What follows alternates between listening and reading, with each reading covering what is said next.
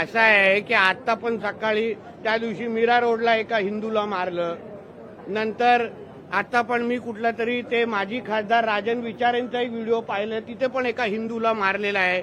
एवढा ढोंगणात ताकद आहे ना, जाऊन मोहम्मद अली रोड आणि नल बाजार भेंडी बाजार मध्ये एका कोणाला तरी दाढी आणि गोल टोपीवाल्याला कानफडीत फडवा ना. ढोंगणात ताकद आहे ना तुमच्या. ते काय मराठी शुद्ध मराठी बोलतात की काय? त्यांच्या थोबाड्यातून कधी आम्ही मराठी ऐकलं नाही, अल्लाहू अकबर सोडून. मग तिथे काय नाही त्यांचे थोबाड फोडायची हिंमत करत, तिथे काय नाही एका फेरीवाल्याला पकडत. आमच्या कुठल्याही हिंदूला अशा पद्धतीने कोण मारत असेल तर आमचं सरकार नक्की कारवाई करणार. हे हिंदूंनी बसवलेलं सरकार आहे, हिंदुत्वादी विचाराचं सरकार आहे.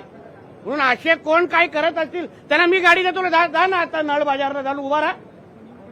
तो काय तिकडले असलेले फेरीवाले जे मटण विक्रेते ते काय मराठीमध्ये बोलतात, तिथे आपली हिंमत दाखवायची नाही.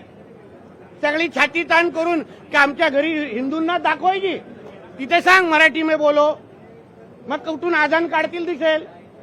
मग हिंमत दाखवायची, आम्ही तिथे बोलण्याची हिंमत ठेवतो. आणि बाळासाहेब ठाकरेंच्या विचारात चालणारे शिवसैनिक आहे ना, हे नलबाजारमध्ये जाऊन कान फडवतील आणि त्या लोकांना तोंडाने मराठी काढतील, गरीब हिंदूंना मारणार नाही. म्हणून अशा पद्धतीचे प्रकार वारंवार अगर आमच्या हिंदूंवर होत असतील ना, तर आमचं पण सरकार तिसरा डोळं उघडेल, हे तरी लक्षात ठेवावं.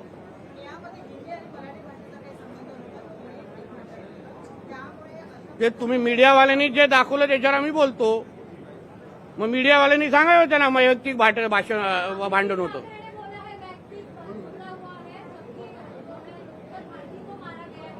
मारा ही गया है ना, एक हिंदू को मारा गया है ना, एक हिंदू को मारा गया है. तो मुझे बोलना है कि इतनी हिम्मत जाके नल बाजार और मोहम्मद अली रोड में दिखाओ ना.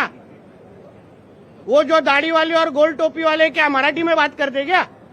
शुद्ध मराठी में बात करते क्या? उधर जाने की, उनको कान के नीचे बजाने की हिम्मत नहीं है. जावेद अख्तर क्या मराठी में बात करता है क्या? आमिर खान क्या मराठी में गाता है क्या?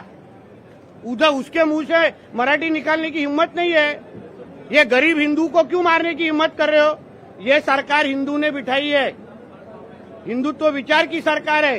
इसलिए इस तरह की कोई भी अगर कोई हिम्मत करेगा तो हमारी सरकार भी तीसरी आंख खोलेगी. इतना मैं कहना चाहता हूं. मित्रांनो, जर तुम्हाला आजचा व्हिडिओ आवडला असेल तर व्हिडिओला लाईक करा, या व्हिडिओला जास्तीत जास्त शेअर करा आणि चॅनलला सबस्क्राईब करायला विसरू नका.